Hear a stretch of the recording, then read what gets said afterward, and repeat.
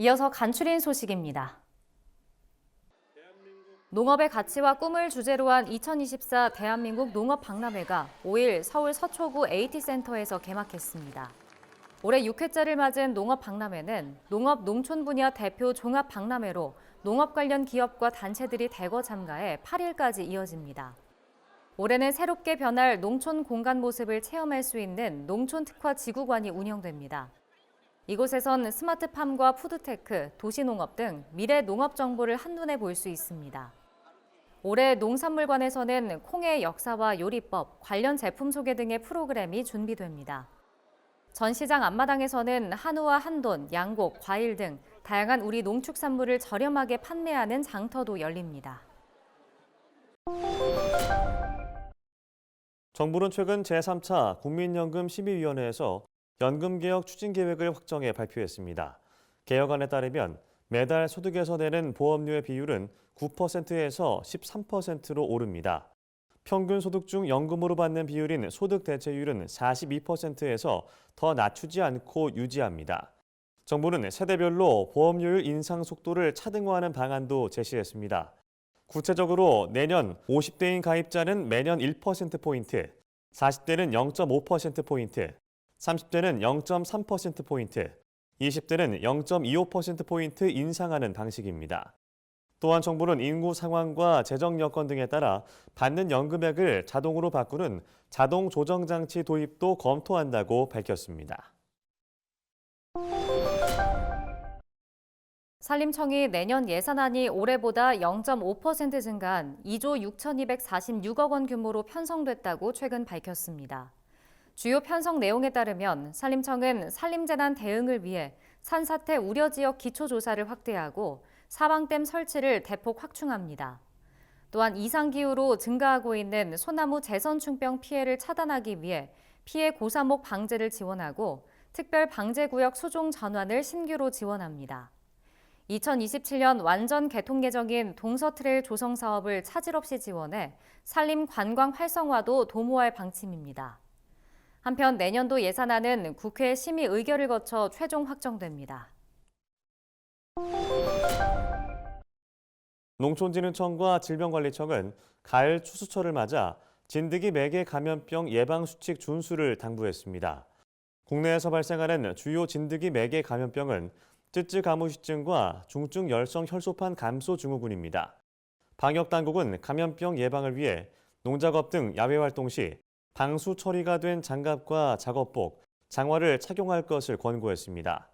또한 조기 진단과 적기 치료가 중요한 만큼 진드기에게 물렸거나 농작업 이후 발열 증상 등이 나타나면 즉시 의료기관을 방문해야 한다고 경고했습니다. 특히 증상이 코로나 바이러스 감염증과 유사하므로 진료 시 의료진에게 농작업 활동 이력을 반드시 알려야 한다고 밝혔습니다. 경상남도가 내년도 재해 예방 사업에 1,559억 원의 국비를 확보했다고 밝혔습니다. 이는 올해보다 23.8% 증액된 수치입니다.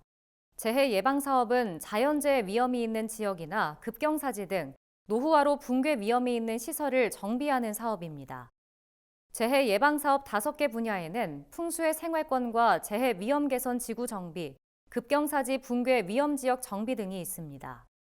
박완수 경남지사는 재해 예방 사업으로 우리 생활 주변의 재해 위험 요소를 사전에 예방해 도민의 생명과 재산을 적극 보호하겠다고 말했습니다. 경상북도가 임산부와 아이가 도내 어디서든 1시간 내에 진료받을 수 있도록 필수 의료 접근성 개선에 나선다고 밝혔습니다. 이를 위해 경북도는 도내 공공의료기관과 민간 의료기관 등에 매년 95억 원을 투입할 예정입니다. 아울러 청송군에는 산부인과를, 울릉군에는 소아청소년과를 신설합니다.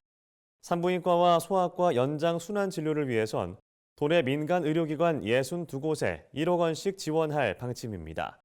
야간이나 주말, 공휴일에도 의료 서비스를 받을 수 있도록 순환 진료 체계도 마련될 예정입니다.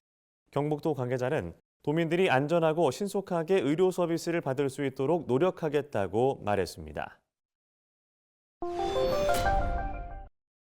경기도가 시흥과 파주, 가평 등을 시작으로 농어민 기회소득 지원 사업을 실시합니다. 지원 대상은 농업 경영체에 등록된 50세 미만 청년 농어민, 귀농 5년 이내 귀농어민 등입니다.